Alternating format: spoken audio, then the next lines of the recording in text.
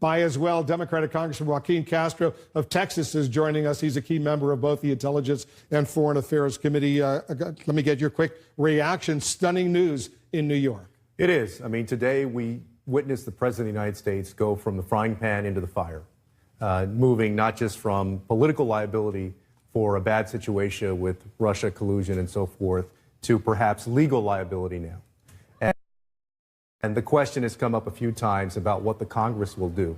And I can't say for sure what the Congress will do, but I believe that the Judiciary Committee in both the House and the Senate should take this issue up immediately and should start to hold hearings about exactly what happened, call in the folks who can corroborate what the president may have done, according to Michael Cohen, call in the people from American media, the man who owns the Inquirer, for example, and corroborate what was said by Michael Cohen.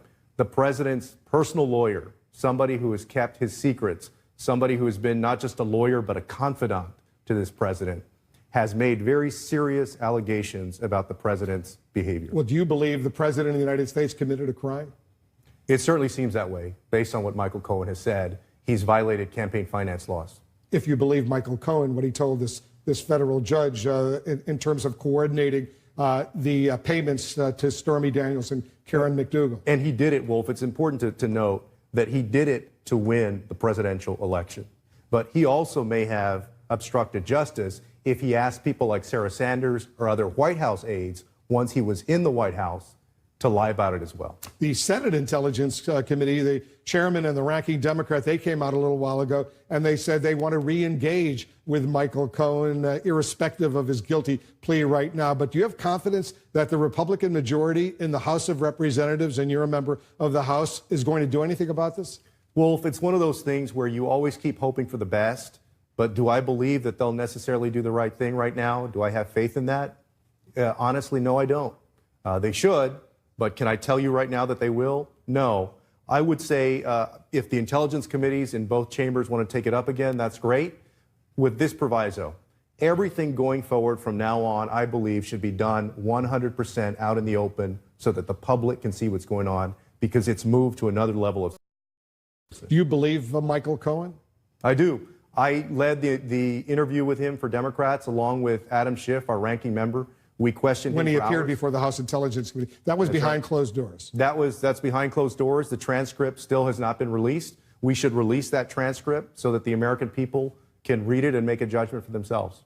Well, going back to the June 2016 meeting over at Trump Tower with the Russians and his campaign chairman, his son, his son-in-law, do you believe that the president at that time, he was then the Republican candidate, had advanced knowledge of what was about to happen at that meeting, what it was all about? You know, the final resolution on that question, we don't have yet. There was a mysterious blocked phone call that was made or received right around the time, in the same time period when that meeting was being set up by Donald Trump Jr.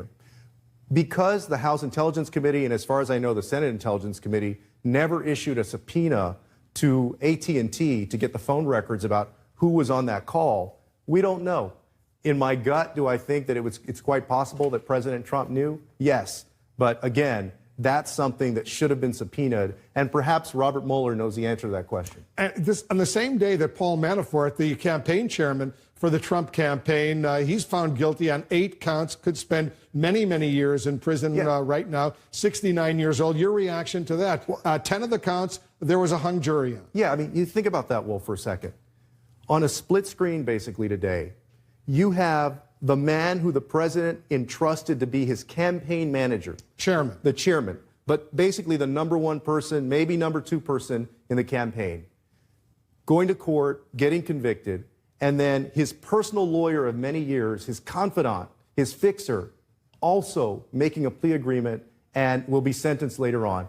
This is a horrible day for the president, but really also a horrible day for the United States of America.